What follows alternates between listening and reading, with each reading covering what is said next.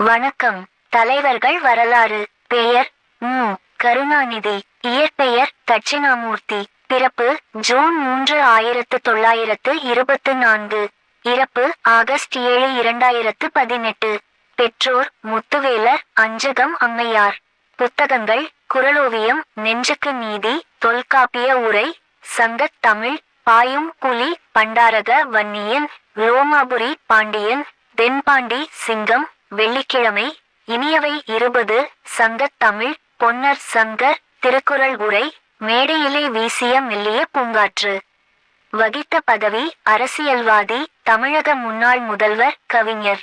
விருதுகள்: உலக கலை படைப்பாளி. வரலாறு. வாழ்க்கை வரலாறு. இந்திய அரசியலில் தொடர்ந்து ஒரு பங்கு வகித்த மிக முக்கியமான மூத்த அரசியல் பிரமுகர்களுள் ஒருவர் முத்துவேல் கருணாநிதி. அவர் திராவிட முன்னேற்ற கழகத்தின் தி.மு. க. ஒரு பகுதியாக இருந்து உறுப்பினர்களை நிறுவி 1969 இல் இருந்து கட்சியை வழிவகுத்து வருகிறார்.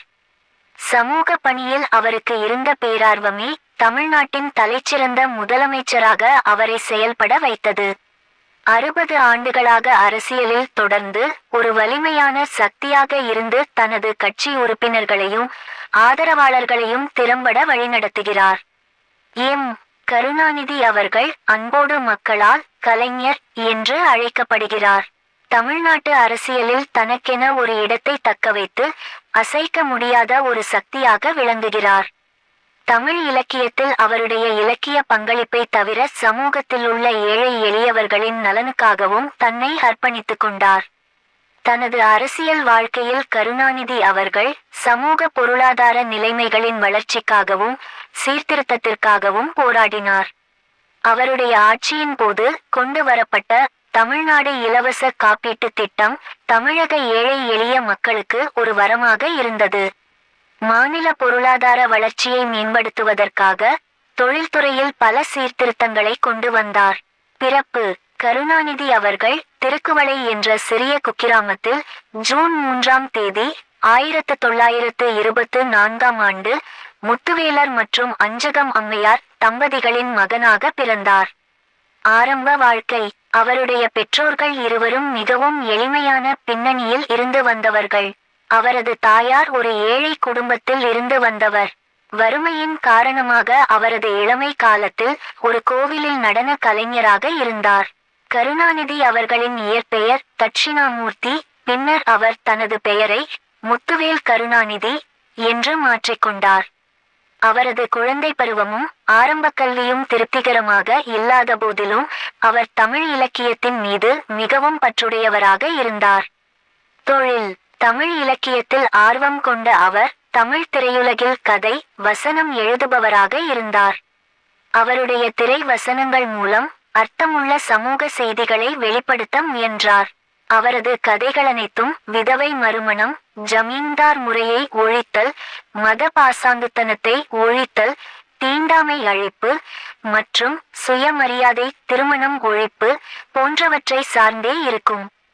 பாரம்பரிய இந்து மத சமூகங்கள் எதிர்த்த பிராமண ஆதிக்கத்தின் எதிர்மறை அம்சங்களை தனது படமான பராசக்தியில் பிரதிபலித்தார்.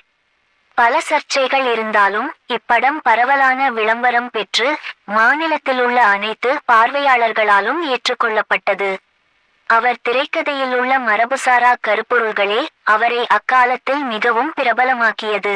திரைப்படங்களுக்கு வசனங்கள் எழுதுவதைத் தவிர கருணாநிதி அவர்கள் பல்வேறு கவிதைகள், கடிதங்கள், புத்தகங்கள், வரலாறு, வரலாற்று நாவல்கள், இசை, வசனம், நாடகங்கள், கட்டுரைகள், சிறுகதைகள் போன்றவற்றையும் எழுதியிருக்கிறார். அவர் ஒரு கலாரசிகனாக இருந்ததால் புகழ்பெற்ற கவிஞரான திருவள்ளுவருக்கு அஞ்சலி செலுத்தும் வகையில் கட்டடக்கலை குவியலான வள்ளுவர் கோட்டத்தை நிறுவினார். அரசியல் வாழ்க்கை. இந்தியாவில் ஆங்கிலேயர் ஆட்சி காலத்தில் நிலவிய நீதி கட்சியின் உறுப்பினராக இருந்த அழகிரிசுவாமியின் கொள்கைகளால் ஈர்க்கப்பட்டார். ஒருமுறை சமூக நல காரணங்களை பற்றிய அழகிரிசுவாமியின் உரையை கேட்ட கருணாநிதி அவர்கள் அதனால் ஊக்குவிக்கப்பட்டார். அவர் இளைஞர்களுக்கான உள்ளூர் சமூக அமைப்பை முதலில் உருவாக்கிய பின் சமூக பணி ஆதரவை பெற்று தொடங்கினார். அவர் மாணவர்களுக்கான மாணவர் அமைப்பை தமிழ்நாடு தமிழ் மாணவர் மன்றம் என்ற பெயரில் தொடங்கினார். இதுவே அவர் சமூக காரணங்களில் ஈடுபட வழிவகுத்தது. இந்த காலகட்டத்தில் தனது வேலைகளை விளம்பரம் செய்ய பத்திரிகை என்னும் சக்தியை பயன்படுத்திக் கொள்ள விரும்பினார். இதன் காரணமாக தனது சொந்த தலையங்க பத்திரிகையை உருவாக்கினார். 1942ஆம் ஆண்டு ஆகஸ்ட் 10ஆம் தேதியன்று அவர் தனது பத்திரிகையான முரசொலியை தொடங்கினார். அப்பொழுது முதல் இந்த பத்திரிகையின் ஸ்தாபக ஆசிரியராகவும் பதிப்பாளராகவும் இருந்து வருகிறார். எழுத்துத்திறன் கொண்ட கருணாநிதி அவர்கள் தனது பத்திரிகைகள் மூலமாக தனது கட்சி உறுப்பினர்கள் பற்றியும் அரசியல் நிலைப்பாட்டையும் முன்வைத்தார். மேலும் குடியரசு, முத்தாரம், தமிழரசு போன்ற தனது இதர வெளியீடுகளிலும் ஒரு ஒருங்கிணைந்த பகுதியாக இருந்து வருகிறார்.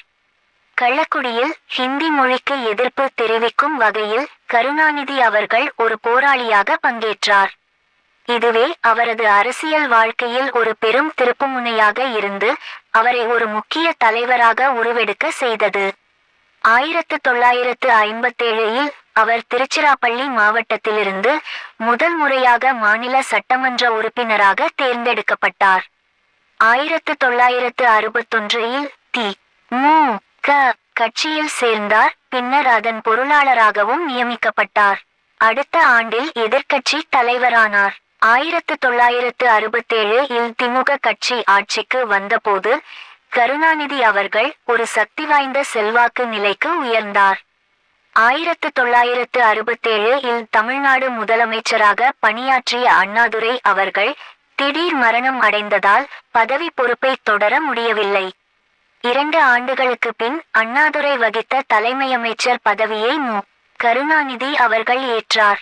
அதன் பின் அவர் 1971, 1989, 1996 மற்றும் 2006இல் மீண்டும் தலைமையமைச்சராக தேர்ந்தெடுக்கப்பட்டார்.